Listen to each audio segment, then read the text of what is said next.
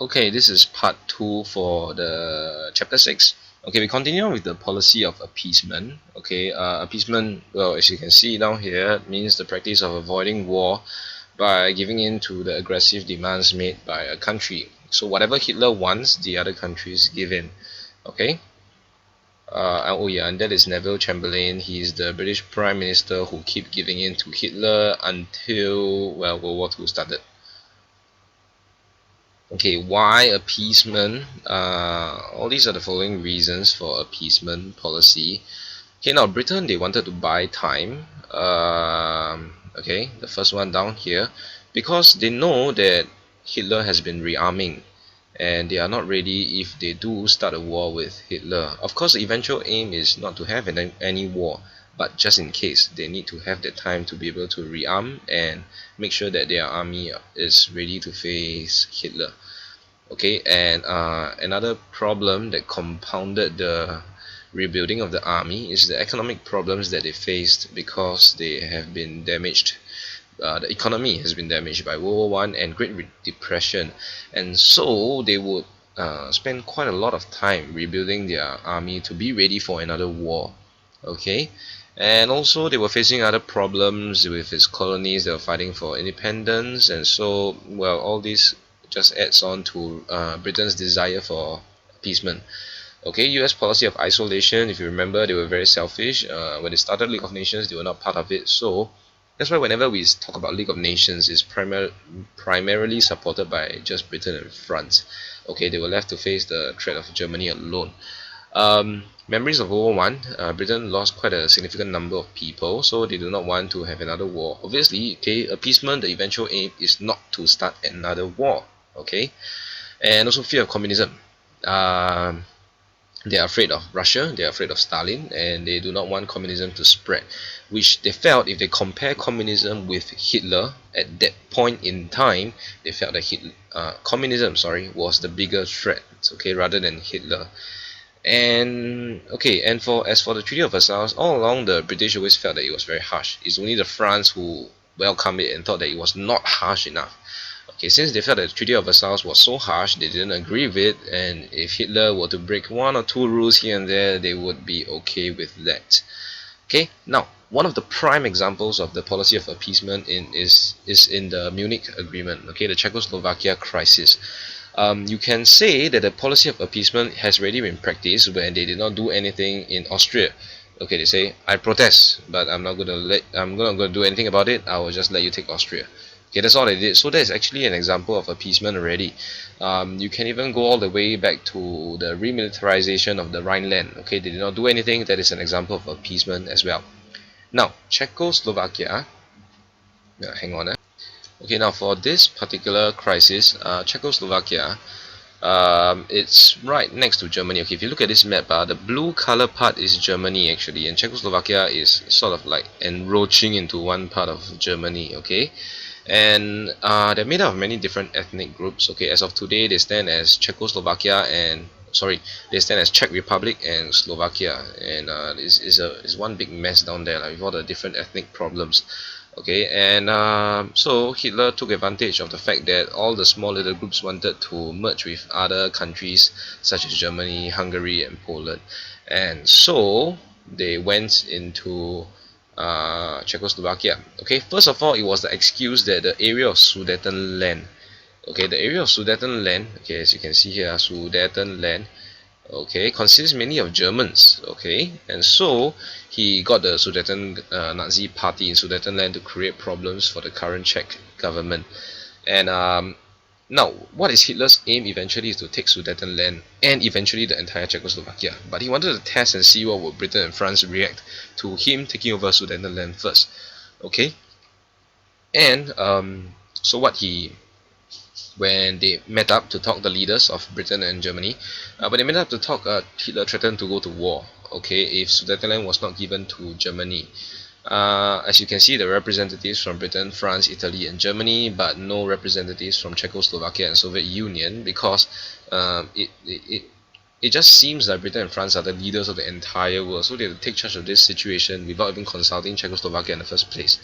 Okay, and Chamberlain, he's so keen to avoid the war that he agreed to whatever concessions that uh, agreed to whatever of Hitler's demands so that he can persuade the Czech government to give in to Hitler. Okay, and the outcome was that Hitler got Sudetenland, and within days Germany took over the entire Sudetenland.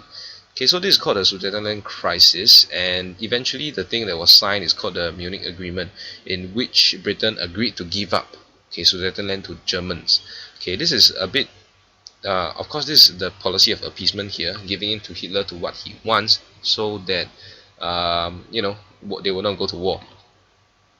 Okay, again, as did the other previous examples, this is very important for Hitler because it gives him confidence, to encourage him further to take action. Okay, because the other people don't seem like they would be stopping him, and this would eventually cause the start of World War II. Okay. And okay, this is another source that you can take some time to read. Okay, as you can see from this source, Hitler is trampling over the entire Europe. Okay, and as you can see here, spineless leaders of democracy. Okay, and Hitler is just going all over them. And this is a cartoon in a British newspaper. So if you can think about the purpose, why do they want to publish this? Okay, what is their intention? Okay, another kind of popular political cartoon as well. Okay, as you can see, Hitler is a Santa Claus and he's slowly taking one by one. And down here, I'm not sure if you can see very clearly, it says Austria, Czechoslovakia, Poland, Hungary, Yugoslavia, Romania, Bulgaria, Greece, and Turkey. Okay, and the heading of the bit says ex-French British family. Okay, now we're going to move on to what are the immediate causes of World War II. So all those eventually build up to World War II. Now, I'm sorry I strayed a bit from the timeline. Okay, now again, just a revision of the timeline. 1935, the start of rearmament. 1936, remilitarization of Rhineland. March 1938, Anschluss with Austria. September 1938 is the Munich Agreement. And the next event that happens is when Britain ended the policy of appeasement. That is when Hitler invaded the entire Czechoslovakia in March 1939. Okay. Now, as I mentioned just now, Hitler's aim was to take over the entire Czechoslovakia, and he did in March 1939. Okay, and this after so many things. You can imagine how stupid Britain and France were. Okay, finally this event convinced them that Hitler cannot be trusted and stronger action was needed to deal with Hitler. Okay, so at this point in time, Hitler's next target is Poland, and so Britain and France promised to help Poland if Germany invaded, and that is what they did, and that is how the war started. Okay. Okay, moving on. Alright, so that particular event, the invasion of the entire Czechoslovakia in March 1939, marked the end of appeasement. Now the next thing that is rather important, okay, one of which it always comes out in SBQ as well. Okay, Nazi-Soviet Pact. Okay, like I mentioned earlier in the first lecture, Hitler hates communism. Okay, but this Nazi-Soviet Pact was signed in order for his own benefit. Okay, now Nazi-Soviet Pact essentially is the longer term will be the Nazi-Soviet non-aggression pact, which means that both of them would not attack each other at all. Okay, Hitler would not attack Stalin. Stalin would agree not to attack Hitler. Okay, now then also in other terms of the pact, USSR, that means Stalin would stay neutral if Germany were to attack Poland, and the secret clause in this pact is to divide Poland between them. Okay, now hang on. Now this is done so that Hitler would not have to fight a war on two fronts. Okay, let me refer to the map now. Okay, as you can see, Germany is here. If they were to go to war, they have to fight France, they have to fight Britain. Okay, USA is somewhere out there. Okay, now Germany is in the middle of all these countries.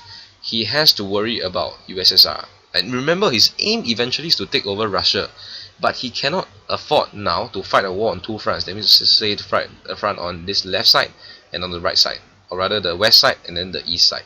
So he has to make sure that when he enters Poland, okay, Russia would not be too threatened by them, and they would not attack Germany back, so that he don't have to face the prospect of fighting Russia here, and fighting Britain and France here.